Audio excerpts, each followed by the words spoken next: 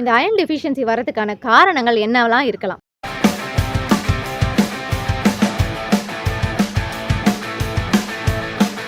Iron deficiency வரதுக்கான காரணங்கள் என்னவெல்லாம் இருக்கலாம்னு பார்த்தீங்கன்னா, reason number 1 is poor dietary intake. நம்ம உணவில் போதுமான அளவுக்கு இரும்பு சத்து நம்ம எடுத்துக்காதது. குறிப்பாக நம்ம உடம்புல அயனோட டிமாண்ட் ஜாஸ்தியாக இருக்கும்போது, பொதுவாக லேடிஸ்க்கு மென்ஸ்ட்ரேஷன் டைமில், ப்ரெக்னன்சி டைமில், லாக்டேஷன் டைமில், இந்த டைமில் அயன் டிமாண்ட் ஜாஸ்தியாக இருக்கும்.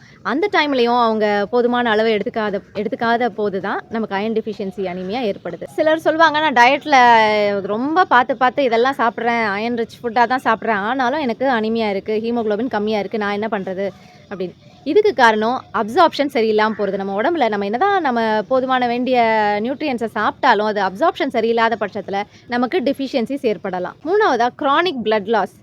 நிறைய பேருக்கு ப்ளீடிங் கம்ஸ், டெய்லி வருஷக்கணக்காக கம்ஸில் வந்து ப்ளீடிங் இருந்துக்கிட்டே இருக்குது, ப்ளீடிங் பைல்ஸ் இருக்குது, தென் நம்ம இன்டெஸ்டைனில் கூட இன்டர்னல் ப்ளீடிங்ஸ் இருக்குது. இந்த மாதிரி நமக்கு தெரியாமலே நமக்கு ப்ளீடிங்ஸ் க்ரானிக்காக நமக்கு இருக்கிறதுனாலையும் நமக்கு அனீமியா ஏற்படலாம். நான்காவதாக frequent blood donations. Blood donate பண்ணுறது நல்ல விஷயந்தான், ஆனால் நம்ம இப்போ ஒரு தடவை பிளட் டொனேட் பண்ணிவிட்டு அதுக்கப்புறம் நமக்கு வேண்டிய அயனை நம்ம பாடியில் ரீப்ளேஸ் பண்ணதுக்கு அப்புறம் தான் நம்ம மறுபடியும் டொனேட் பண்ணணும்.